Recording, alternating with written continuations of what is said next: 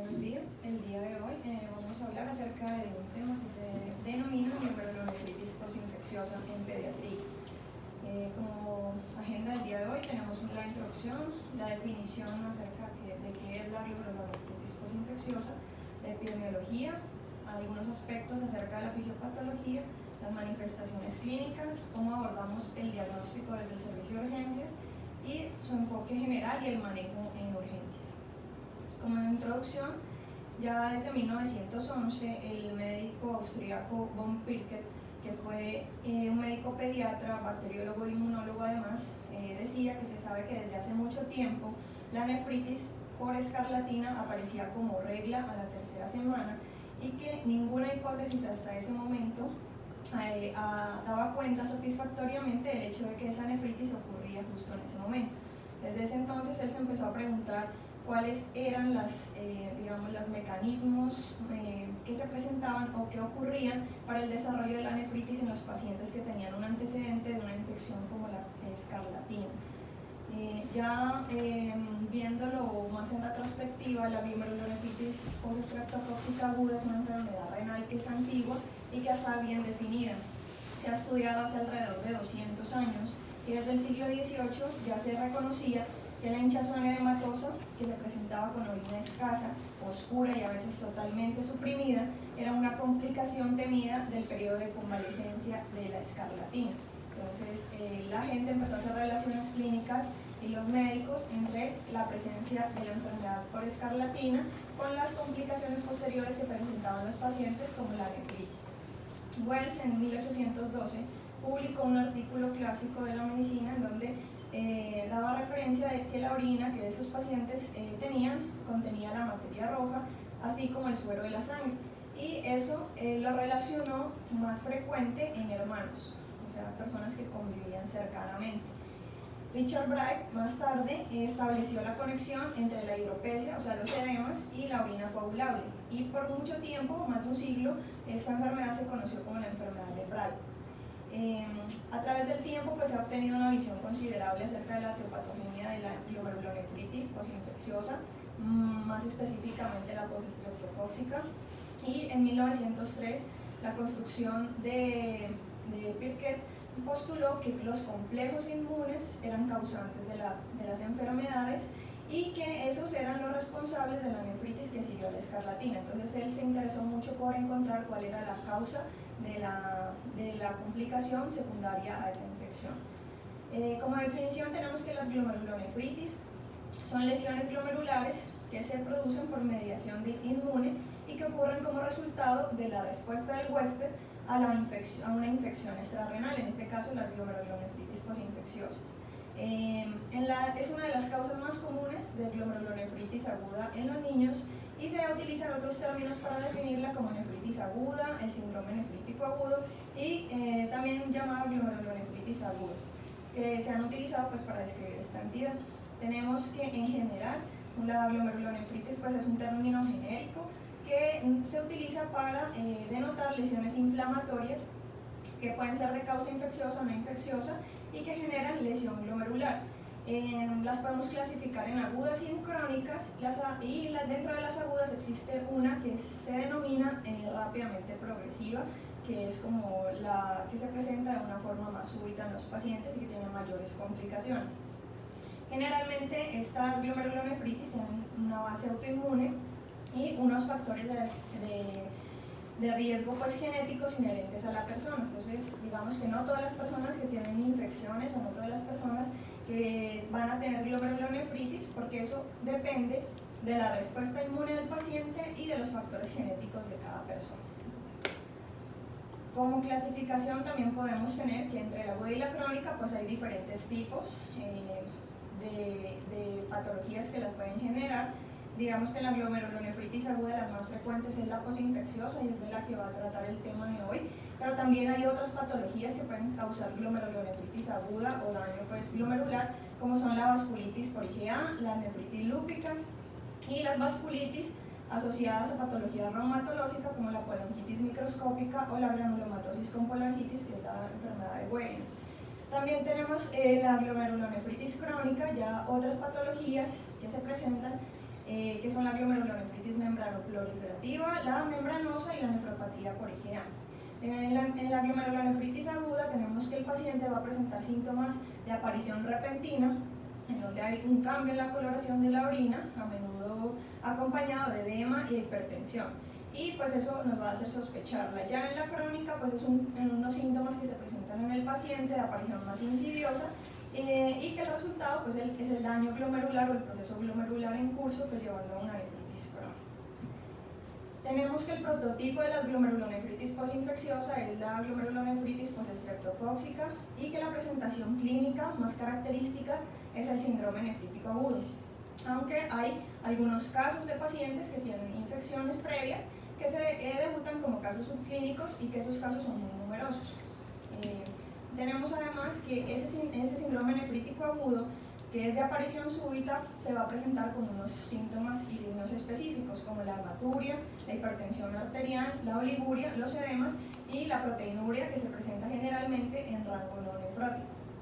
Aunque la glomerulonefritis posinfecciosa aguda se ha descrito después de varias infecciones virales o bacterianas, pues la causa prototípica de esta infección es la infección asociada al estreptococo del grupo A, que es el Streptococcus pyogenes.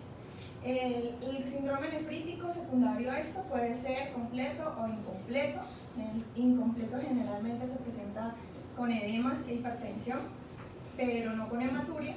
Y pues en este caso sería un poco más difícil de hacer el diagnóstico y puede tener una presentación clínica variable, aunque en general los síntomas pues siempre van a ser como los mismos: la hematuria, los edemas, la hipertensión arterial, y el paciente se va a presentar con proteinuria, oliguria y en casos más severos visión borrosa y azoemia, que ya serían las complicaciones de las crisis hipertensivas o las emergencias hipertensivas. En cuanto a la epidemiología, en las últimas décadas se ha visto una reducción muy marcada de la incidencia de la enfermedad debido a que hay un reconocimiento más temprano de las infecciones por el estreptococo y también hay un tratamiento más efectivo de las mismas. Sin embargo, pues continúan apareciendo epidemias y casos en varias regiones del mundo, como lo hemos visto pues en el servicio de urgencias en los últimos meses, donde han aparecido bastantes casos de síndrome nefrítico agudo. Los casos esporádicos representan el 21% de los niños ingresados en el hospital con insuficiencia renal aguda en los países en desarrollo y sigue siendo una causa importante de mortalidad en países pues también como nosotros, en tercermundistas. La incidencia global es de alrededor de 450.000 casos por año y la mayoría de esos casos ocurren en la población pediátrica. Hay casos en la población adulta, pero esos casos son más esporádicos y generalmente más graves. Los niños varían la edad de presentación entre los 2 y los 15 años, con un pico de incidencia a los 6 años. En algunas publicaciones refieren entre los 5 y los 9 años el pico de incidencia. Es muy rara que se presente por debajo de los 2 años, menos del 5% de los casos, y también muy infrecuente que se presente por encima de los 20 años. En países del trópico tenemos la predilección de que se presenta las piodermitis por encima de las faringoamigdalitis, y generalmente en países con estaciones marcadas vamos a tener que las piodermitis se presentan más en los meses de otoño y verano y las faringoamigdalitis en los meses de invierno y primavera. La probabilidad de afectación pues, o de afección renal tras la infección por el estreptococo del grupo A es aproximadamente del 15%, o sea que un paciente que tenga infección por estreptococo desarrolle una glomerulonefritis posinfecciosa. La incidencia en los niños menores de 2 años se ha visto que es mucho menor, dado que ellos son menos portadores del estreptococo del grupo A, tienen tasas más bajas de colonización y tienen menor inmunogenicidad, por lo cual pues, por la fisiopatología de la enfermedad van a tener menos probabilidad de tener la infección. Es mucho mayor en hombres que en mujeres, con una proporción de 2 a 1. Y generalmente hay una enfermedad identificable reciente que precede a la aparición de la glomerulonefritis posinfecciosa aguda. En general, la mayoría son infecciones del tracto respiratorio superior, en el 51%, el 23% está la escarlatina, el 13% el impétigo, el 5% de pacientes pueden presentar adenitis cervicales previas y el 8% se presenta pues, enfermedad recordada en estos pacientes. Hay brotes epidémicos, especialmente en condiciones de hacinamiento y en condiciones donde el saneamiento es deficiente. y generalmente se presentan en personas que tienen contactos muy estrechos. La enfermedad generalmente en la mayoría de los pacientes es subclínica, más o menos son 4 casos asintomáticos por cada caso de paciente sintomático, y la tasa de ataque en hermanos, como ya les dije, es mucho mayor del 37.8%.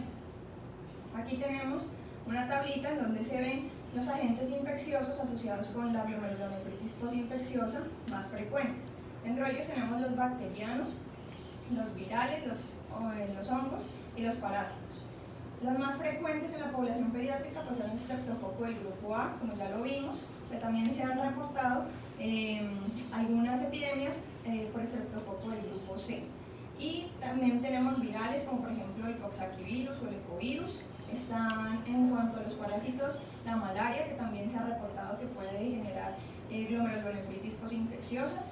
Y en los adultos es más común el estafilococo aureus, ¿sí? en esa medida.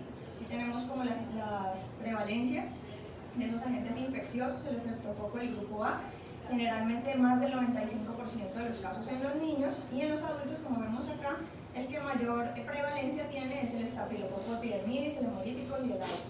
Los demás en los niños son casi raros y pues de presentación muy variable. Por eso, pues nos vamos a enfocar en hablar más que todo del streptococo, ¿sí?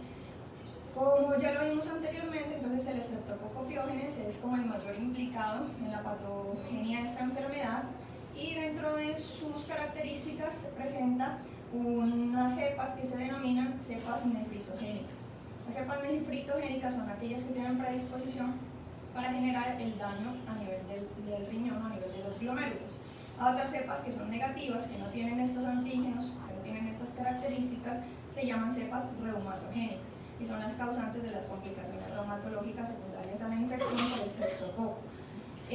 Los posibles antígenos nefritogénicos más importantes del streptococo piógenes son estos dos de acá.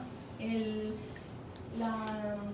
receptor de plasmida asociado a la nefritis, que es el NAPIR, que tiene una unión con una enzima glucolítica que tiene una actividad gliceraldehído 3-fosfato deshidrogenasa.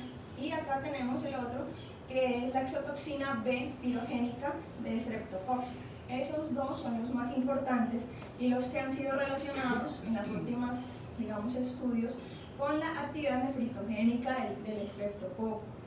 Hay 4 posibles mecanismos, más otros 2 que les voy a mostrar más adelante, por los cuales ese streptococo puede generar nefritis. El primero es la mímica molecular. Él hace una reactividad cruzada de esos productos del streptococo con productos que se encuentran en la membrana basal glomerular del riñón, como la laminina, el colágeno, y pues con productos propios de esa membrana basal. Y al hacer mímica molecular, pues nuestros anticuerpos o nuestro propio sistema inmune va a generar una reacción inmunológica contra estos con daño a nivel del glomérulo. La otra es la reactividad o los autoanticuerpos que se generan contra ciertas sustancias, como por ejemplo la neuraminidasa y los receptores de unión a las inmunoglobulinas del streptococo, que también van a generar una actividad autoinmune con un daño subsecuente.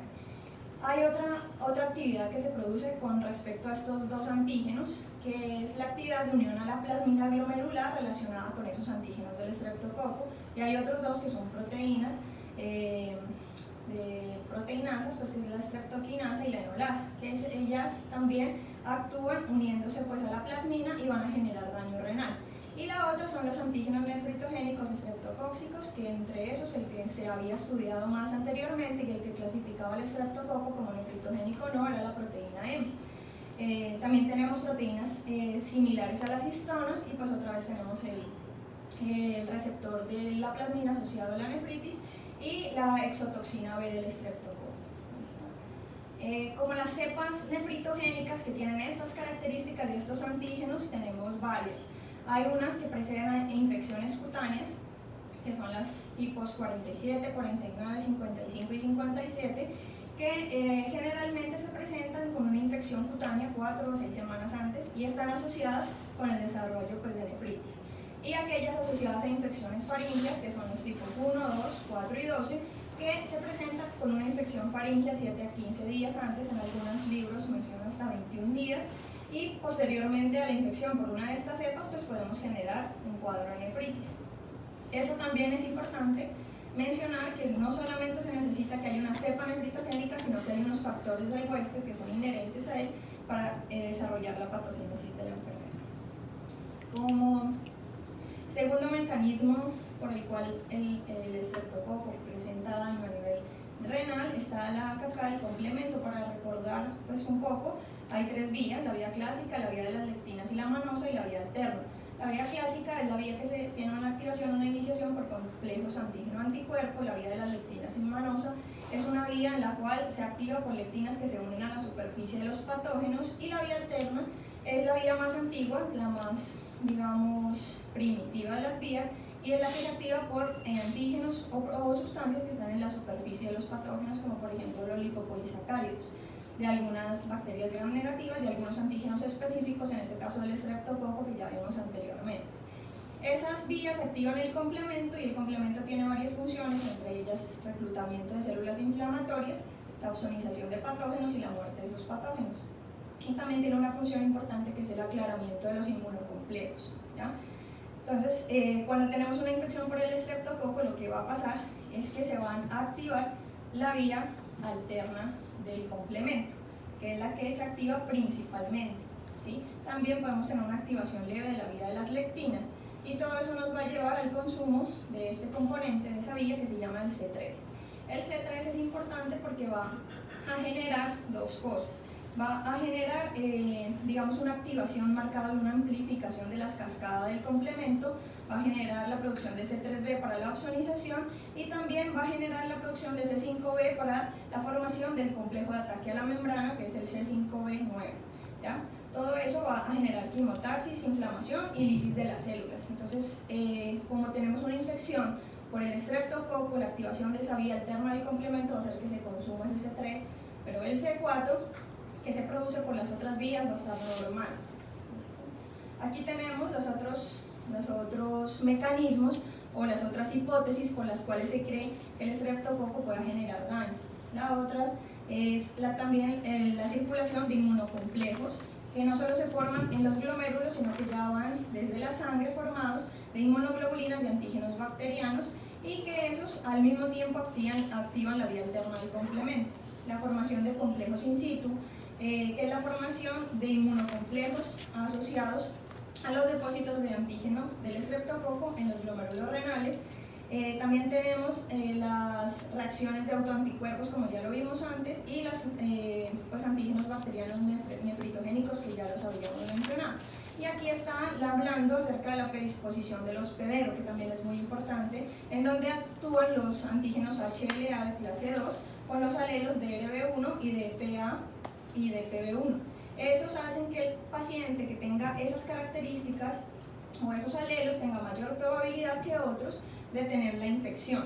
También nos ha definido que hay algunas alteraciones a nivel del sistema inmune del hospedero y algunas características propias, sobre todo en pacientes que tienen nexos familiares, para desarrollar glomerulonefritis postinfecciosa, incluido anormalidades en el sistema o la cascada del complemento, que aún están como en estudio. En cuanto a estos dos antígenos, que son los más importantes, lo que ellos hacen es lo siguiente: el estreptococo libera el antígeno, ¿sí?, a la circulación del hospedero, en este caso el receptor de la plasmina, y ese antígeno se deposita en el aspecto endotelial de la membrana basal glomerular. Al unirse a la plasmina a nivel de la membrana basal glomerular, previene su degradación, y lo que hace es inducir el daño tisular por inflamación a ese nivel, y daña la membrana basal glomerular subsecuentemente, alterando y pudiendo así pasar hacia el espacio subepitelial. Entonces se deposita en el espacio subepitelial, y los anticuerpos que se forman contra ese antígeno van a ir a ese espacio subepitelial y van a formar inmunocomplejos. Lo mismo pasa con el otro antígeno, hace la misma cascada, se deposita en la membrana subepitelial del glomérulo y va a generar la formación de inmunocomplejos. Esos inmunocomplejos que se forman activan el complemento y generan una glomerulonefritis aguda postinfecciosa. Entonces, esa es una de las causas que se producen. La otra es que esos estreptococos que tienen potencial nefritogénico van a producir también proteínas catiónicas, como la proteína de la exotoxina, que se depositan en los glomérulos y dan lugar al desencadenamiento de respuestas inflamatorias por proliferación celular de las células de la respuesta inmune innata. Activan la cascada de la interleuquina 1 y posteriormente a los linfocitos, y esos linfocitos citotóxicos pues producen interleuquina 2 que se une a su receptor específico y genera proliferación de los otros linfocitos que se activan, generando perforinas a nivel de las células, incrementando la elección de la membrana basal y generando alteraciones que producen un daño en los capilares glomerulares. Cuando se dañan los capilares del glomérulo, pues hay una disminución de la tasa de filtración glomerular y eso se compensa con un aumento en el ultrafiltrado renal.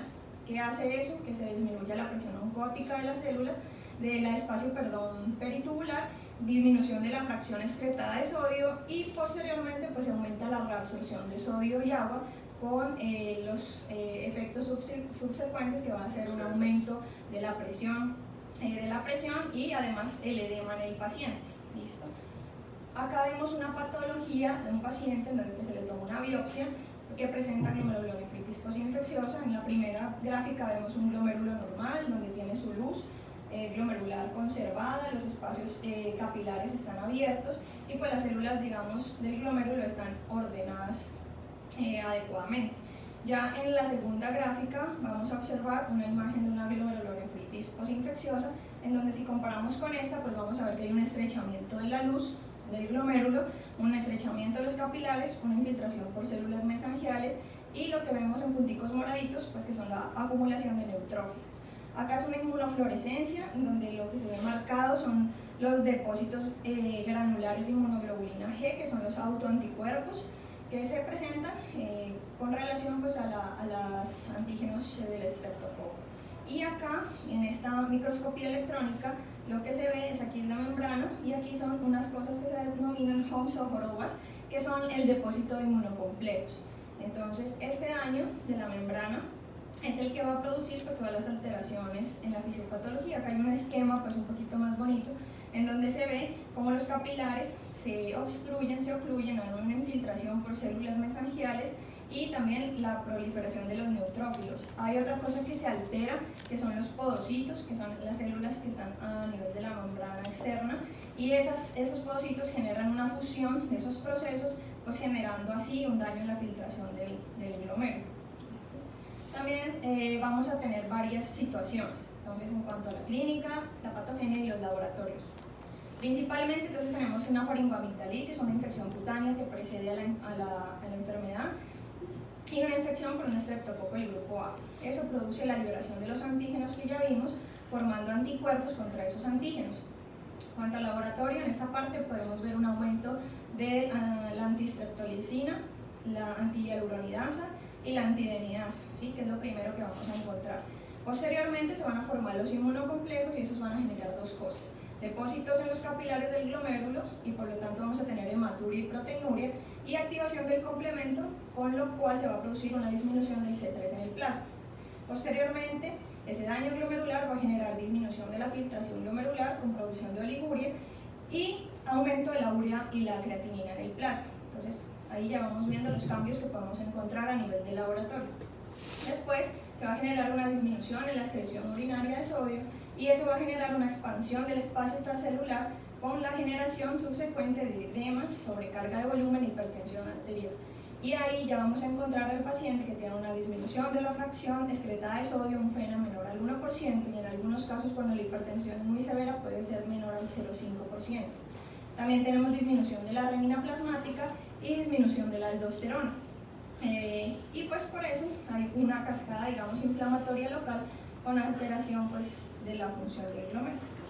Ya vimos cómo se producía la lesión, cuáles eran las consecuencias, ahora vamos a ver las manifestaciones clínicas. Las tres principales, o los tres pilares principales para el diagnóstico de un síndrome nefrítico es la hematuria, los edemas y la hipertensión, ¿sí? Dentro de esos pilares también tenemos otros síntomas que se pueden presentar en los pacientes. Entonces vamos a presentar oliguria en el 92% más o menos de los pacientes. Vamos a presentar proteinuria, que la proteinuria es moderada en la mayoría de los pacientes, en el 73%. Cuando la proteinuria es severa, o sea, en rango nefrótico, con un procrea mayor a 2, o tenemos que el paciente tiene mayor riesgo de complicaciones o de generar una nefritis crónica. Cuando hay una disminución del complemento en el 95% de los pacientes, incremento del título de gastos en un 84% más o menos de los pacientes, incremento de la creatinina sérica que puede ser de leve a moderado, generalmente no es un incremento marcado, no hay una azoemia severa, pero cuando se presenta severa se denomina pues una de las mayores complicaciones de la nefritis y estos pacientes también pueden tener pues a largo plazo secuelas. En la rayos X de tórax generalmente lo que más podemos hallar cuando hay alguna complicación es edema pulmonar en el 50% de los casos. Aquí vemos una gráfica en la que nos habla a través del tiempo cómo esas manifestaciones a nivel de la clínica y de los paraclínicos se van presentando. Entonces tenemos la infección por el estreptococo, un periodo latente que puede variar dependiendo del tipo de infección que tengamos previo, y posteriormente se presentan los síntomas. El edema es el primero que desaparece y el primero pues, que va a aparecer igual que la hipertensión y que la hematuria. Generalmente al inicio del cuadro la hematuria va a ser macroscópica y ella va a permanecer más o menos entre 5 a 6 semanas. La proteinuria que se presenta, pues como ya lo vimos, no es una proteinuria muy marcada, pero va a durar entre 6 a 8 semanas. Y la hipocomplementemia es la que dentro de la microhematuria y la hipocomplementemia son las que más se tardan en mejorar en nuestros pacientes. Entonces se demora más o menos de la hipocomplementemia de más o menos 3 meses y la microhematuria alrededor de, puede ser 1 o 2 años en desaparecer. La hematuria se presenta prácticamente en todos los pacientes, alrededor de un tercio de los pacientes pueden notar hematuria macroscópica y eso lo determina el color de la orina. Entonces uno le pregunta al paciente cómo está orinando y él le dice que orina como Coca-Cola o como té. La hematuria macroscópica inicial, como ya les dije, puede durar hasta 10 días y puede reaparecer si el paciente posteriormente tiene alguna enfermedad febril en algunos casos. La hematuria microscópica pues, es la que más se demora en desaparecer, incluso algunos años después del cuadro. El edema está presente en el 90% de los pacientes, se da debido a una retención excesiva de agua y sodio y no se da por pérdida de proteínas como el síndrome nefrótico. El edema pulmonar es muy poco común, pero puede ser una complicación de los casos graves y la insuficiencia cardíaca congestiva también puede presentarse como complicación en el 50% de los pacientes. Y pues por eso debemos buscar estas dos cosas cuando evaluamos al paciente con síndrome nefrítico. Tiende el edema a ser de corta duración y solo dura de 7 a 10 días. Entonces, generalmente es un edema que se presenta en miembros inferiores, superiores y en la región, siempre no olviden buscar en la región inguinoescrotal los edemas en los pacientes. Cuando se presenta periorbitario o bilateral, generalmente los padres de los niños pueden creer que eso se da secundario a alguna alergia y no consultan pues por ese motivo. Porque a veces hay algunos niños que no tienen hematuria macroscópica, ya consultan pues cuando el edema es muy significativo o cuando la hematuria es franca. La hipertensión, tenemos que pues, el origen es la retención de agua y sodio que se presenta en estos niños, al igual que los edemas, ocurre de un 60 a un 80% de los pacientes y generalmente se resuelve después de 10 días. Puede ser bastante severa y se han descrito pues, trastornos como cefalea, trastornos visuales hasta en un tercio de los pacientes. La encefalopatía hipertensiva es pues, una de las mayores complicaciones y se presenta hasta en el 11% de pacientes que no han sido tratados. Otras manifestaciones adicionales, pues como ya lo vimos, la oliguria que se presenta en menos de la mitad de los pacientes, malestar general, debilidad, náuseas, dolor en el flanco, generalmente flanco derecho. La proteinuria puede ser frecuente hasta un 75% y la mitad de los pacientes podemos observar pues, el edema en la radiografía de tórax, el edema pulmonar. Por eso es importante siempre hacer una radiografía de tórax. En el diagnóstico vamos a tener que se basa en 3 cosas fundamentales, que es como siempre una buena historia clínica, una buena anamnesis del paciente, averiguar datos de infecciones previas. La identificación del germen en algunos casos nos puede ayudar, no en todos los casos se puede hacer, y hallazgos del laboratorio y hallazgos clínicos que nos orienten hacia el diagnóstico del síndrome nefrítico. En cuanto a la sospecha, pues es un paciente que cursa con un cuadro clínico de hematuria glomerular, proteinuria variable, edemas con hipertensión y con o sin insuficiencia renal aguda que puede ser grave o severa. Hay antecedentes familiares de enfermedades glomerulares en algunos pacientes que nos deben hacer sospechar otras causas de nefritis, ¿sí? Si un paciente tiene un familiar con una nefritis lúpica o otro tipo de enfermedad de estas, pues debemos sospechar otras causas y buscarlas. Generalmente hay un antecedente de una faringitis o de una infección en la piel. La faringitis más o menos precede a la hematuria de 7 a 14 días y las infecciones cutáneas entre 3 a 6 semanas, o sea que hay que ahondar bien en la historia clínica porque esos pacientes pueden no recordar que tuvieron una infección en la piel. Hay infecciones en el mes precedente al cuadro, ya sean otro tipo de infecciones o infecciones en la familia, pero recordar que en las formas no estreptocóxicas de la enfermedad, la nefritis se va a desarrollar simultáneamente a la infección, o sea que cuando son causas virales, fúngicas o parasitarias, generalmente siempre van de la mano. El examen físico debe hacerse completo y se deben buscar hallazgos que sugieran enfermedad sistémica, como por ejemplo púrpuras, exantemas, artralgias, síntomas gastrointestinales o pulmonares que nos hagan sospechar los diagnósticos diferenciales de la enfermedad. En los estudios de laboratorio vamos a tratar de aislar el germen en la medida de lo posible, en algunos casos no se puede, más o menos va a ser positivo en el 25% de los pacientes y digamos que en algunos casos, sobre todo infecciones en piel, es un poco complicado. Pero podemos tener en cuenta otras dos cosas que son la elevación de los astos, que están elevados en el 50% de los pacientes, que tienen una sensibilidad del 73% y una especificidad del 93%, y otro examen que se denomina el anti-DNase-B en el estreptococo, que puede estar elevada en el 70%. Los astos son más específicos para infección faríngea y la anti-DNase-B es más específica para infecciones en piel, pero se pueden utilizar, pues, digamos que los dos en combinación para aumentar la sensibilidad a un 96%.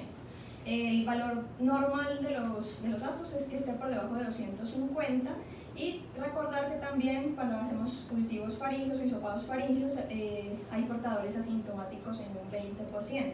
Hay otras pruebas que son un panel de streptocimas de anticuerpos contra 5 antígenos del estreptococo del grupo A, que es más sensible, pero pues en muchas partes no se cuenta con él. También debemos hacer análisis de varias partes de sistemas, ¿sí? El uranálisis es importante, en el cual vamos a encontrar hematuria, generalmente eritrocitos dismórficos, proteinuria, leucocituria y dos cosas importantes que pues, no se deben encontrar normalmente en los uranálisis, que son cilíndricos, hemáticos y leucocitarios. En la química sanguínea, generalmente la creatinina sérica y el BUN puede estar normal o levemente aumentados, y si hay un aumento muy progresivo de estos a nivel de las exploraciones que hacemos en nuestro paciente, debemos sospechar de una glomerulonefritis rápidamente progresiva. Realmente la albúmina que le pedimos a estos pacientes va a estar normal o va a haber una ligera hipoalbuminemia, y cuando hay una hipoalbuminemia muy severa debemos pensar que ese paciente tenga muy comprometida la tasa de filtración glomerular. El sodio, el potasio y el cloro, los electrolitos séricos generalmente están en rangos de normalidad. Y en cuanto al complemento, el C3 va a estar bajo a los 15 días de la infección, generalmente por niveles menores a 40, pero pues dependen del rango de la edad. Y el C4 lo vamos a encontrar normal. Si tenemos un paciente con una presentación clínica de estas y tenemos C4 bajo, debemos sospechar que el paciente esté cursando con otra causa, como por ejemplo una nefritis lúpica. En el hemograma podemos encontrar anemia, generalmente por debajo de 10, y también el hematocrito disminuido, eso se da por hemodilución, y vamos a encontrar algunas penias. Si encontramos una trombocitopenia menor a 50.000, tenemos que sospechar en una nefritis lúpica también. Debemos cuantificar el coeficiente proteína-creatinina en orina. Generalmente se encuentra pues, en rango no nefrótico, que ya les dije que es por encima de 2 el rango nefrótico, o en orina de 24 horas por encima de 40 miligramos por metro cuadrado hora. La evaluación adicional de estos pacientes, en caso que no tengamos una sospecha de que el paciente haya presentado una infección previa o que esta sea poco probable, o que sea poco probable la glomerulonefritis postinfecciosa aguda estreptocóxica, debemos hacer otros estudios adicionales como el panel de hepatitis B, hepatitis C, VIH, los ANAS, que generalmente nos orientan más para nefritis lúpica, y los ANCAS, y también los anticuerpos antimembrana basal glomerular para hacer diagnóstico diferencial con otras glomerulopatías. La biopsia renal solamente está indicada en algunos pacientes, no se hace en todos. Debe ser en los pacientes en los cuales hay un deterioro rápido de la función renal, en los que tenemos sospecha, por ejemplo, de una glomerulonefritis membranoproliferativa, de una nefritis lúpica o de una, digamos, una nefropatía por IgA, o cuando el complemento se mantiene bajo más del tiempo esperado, más de 8 semanas. En esos casos, pues el paciente debe ser llevado a biopsia renal, pero de resto pues no se requiere de rutina. Aquí tenemos como la progresión en cuanto a los laboratorios, ¿sí? Y alguna parte pues como de la clínica también, donde vemos que hay una infección por el estreptococo del grupo A, luego hay un periodo de latencia entre la infección y la del desarrollo de una enfermedad, y lo primero es pues un aumento de los títulos de los astos, es lo primero que se va a ver, pues secundario a la reacción inmune que se presenta contra esos antígenos.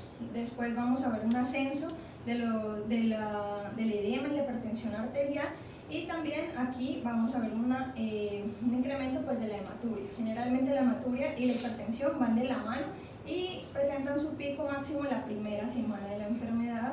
La hematuria puede persistir más tiempo, la hipertensión generalmente se corrige más rápido. Luego tenemos los niveles de C3, que ellos van cayendo a medida que inicia la enfermedad, y pues también se mantienen bajos hasta más o menos 3 semanas, en donde empieza su ascenso, pero pueden demorar en tener su nivel normal más o menos 2 a 3 meses. En cuanto a otras imágenes diagnósticas, pues ya como vimos, la radiografía de tórax es importante para determinar complicaciones. El electrocardiograma y el ecocardiograma pueden mostrar insuficiencia cardíaca o crecimiento de cavidades izquierdas. Generalmente pues en el proceso agudo esto puede ser normal, pero si ya en los seguimientos persiste puede ser una complicación.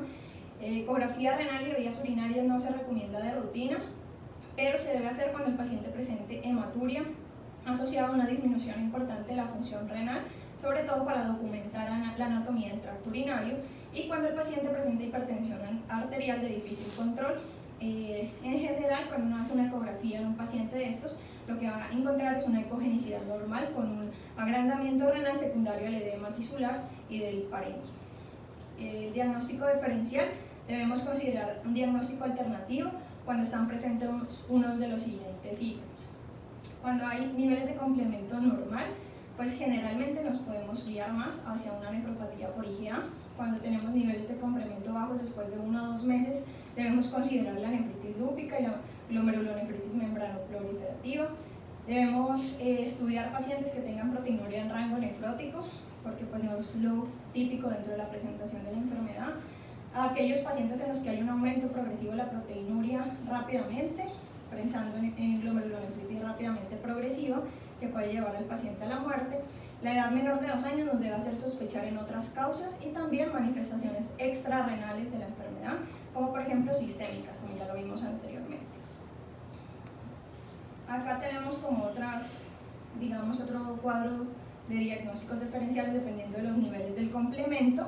Entonces, con normocomplementemia, pensar en otras causas asociadas, como por ejemplo nefropatía por IgA, púrpura de Guénon-Cholin, granulomatosis de Wegener, vasculitis ANCA positivas.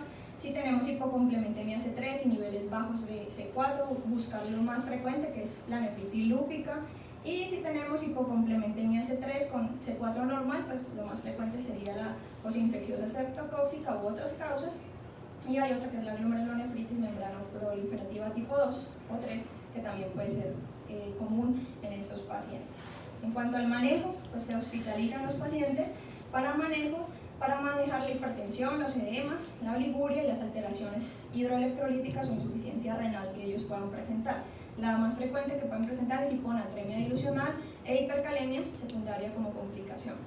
Requieren pues un estrecho control médico y se puede manejar ambulatoriamente solo si el paciente tiene una hipertensión arterial leve, no tiene oliguria y tiene una adecuada red de apoyo en casa, y una posibilidad que el paciente reconsulte pues lo más pronto posible en caso de alguna complicación o algún signo de alarma. Generalmente tiene que hacer seguimiento a esos pacientes que deciden manejar ambulatoriamente a las 48 horas, y se evalúa la tensión arterial, el peso, la diuresis, y pues se le dan los signos de alarma al paciente, como que los edemas aumenten, haya una disminución del gasto urinario, haya presencia de cefalea, visión borrosa, vómitos o dolor torácico, que debe ser reconsultado inmediatamente al paciente. En cuanto al tratamiento, también tenemos que, si ya decido hospitalizar a mi paciente, lo debo clasificar por estadios. En el estadio 1 es un paciente que no está hipertenso y que el manejo lo puede hacer en un nivel 1 o en un nivel 2. ¿Sí? Ese paciente tiene que tener restricción de líquidos, dieta hiposódica, control diario de peso, tensión arterial y eliminación urinaria, y le puedo hacer un seguimiento en un nivel de menor complejidad. Si tengo un paciente en estadio 2, es un paciente que está hipertenso, dividico en A y en B. La A es un paciente que me va a responder a los diuréticos y la B es un paciente que no me responde al diurético.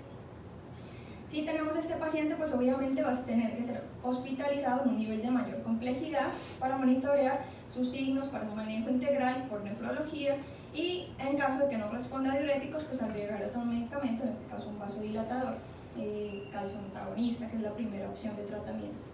Y si ya tengo un paciente en estadio 3, que es un paciente que tiene una crisis hipertensiva, una emergencia hipertensiva, con compromiso de órgano blanco o falla renal, pues el paciente debe ser manejado en una unidad de cuidado intensivo. Los pilares o las bases del tratamiento son tres: el control de la infección, el manejo de la hipertensión arterial y las medidas de soporte o de apoyo generales. Entonces, en cuanto a las medidas generales, pues principalmente un reposo relativo en cama en la fase aguda, que no se ha demostrado pues que mejore la evolución, pero que sí se requieren estos pacientes que tengan el menor gasto metabólico basal para pues mejorar su condición. No se deben administrar líquidos endovenosos a estos pacientes.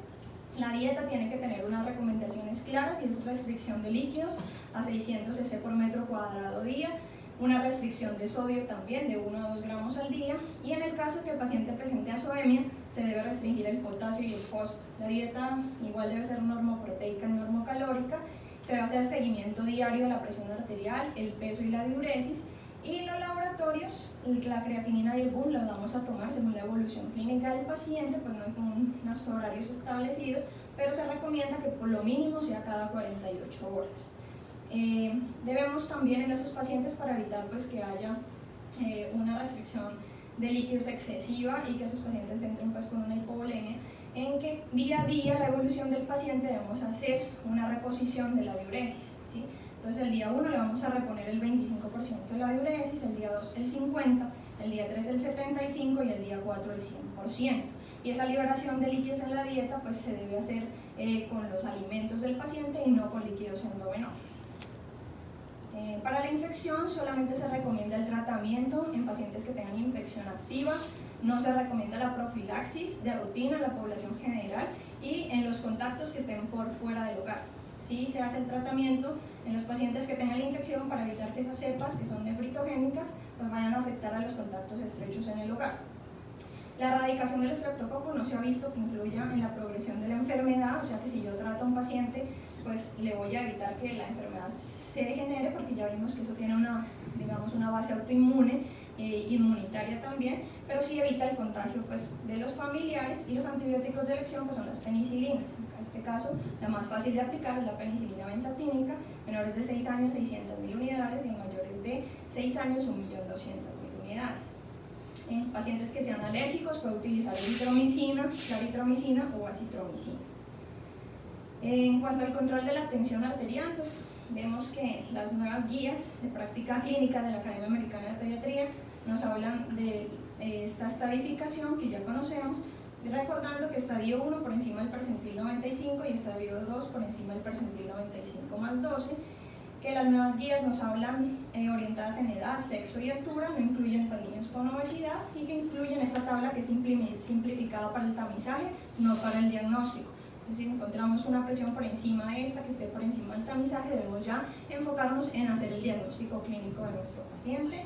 Aquí está más o menos cómo se debe hacer: escogemos la edad, escogemos la talla y vemos los percentiles de acuerdo a la talla del paciente, y con eso hacemos el diagnóstico de hipertensión.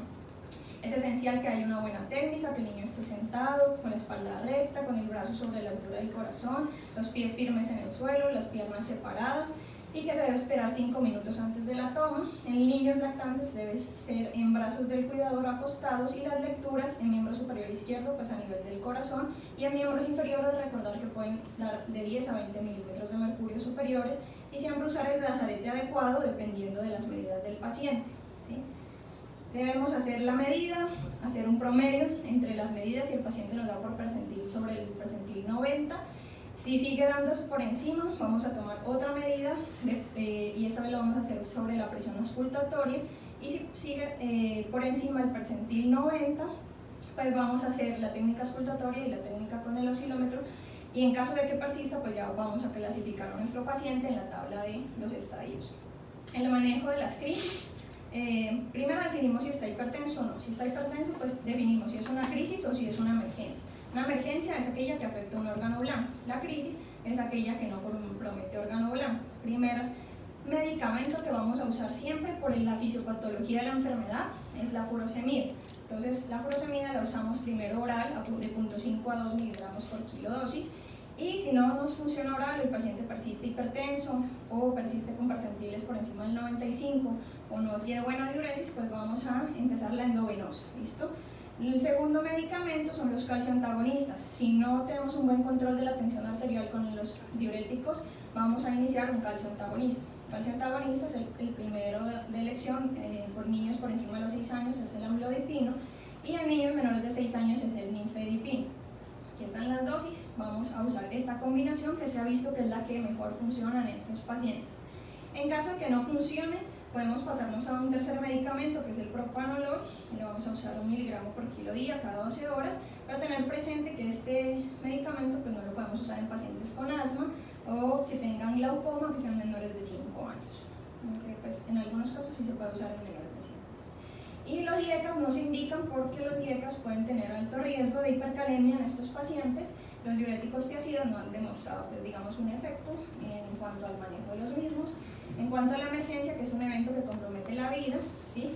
No existe pues, como una cifra como tal, sino que se basa más que todo en la clínica del paciente que tenga cefalea intensa, cambios visuales, vómito, dolor precordial, que se asocie a tensiones por encima de 95 para la edad, el percentil 95, lo clasificamos así, y pueden ser 3, la encefalopatía hipertensiva, la insuficiencia cardíaca, la nefropatía hipertensiva, las complicaciones asociadas a la lesión de órgano blanco por una emergencia hipertensiva.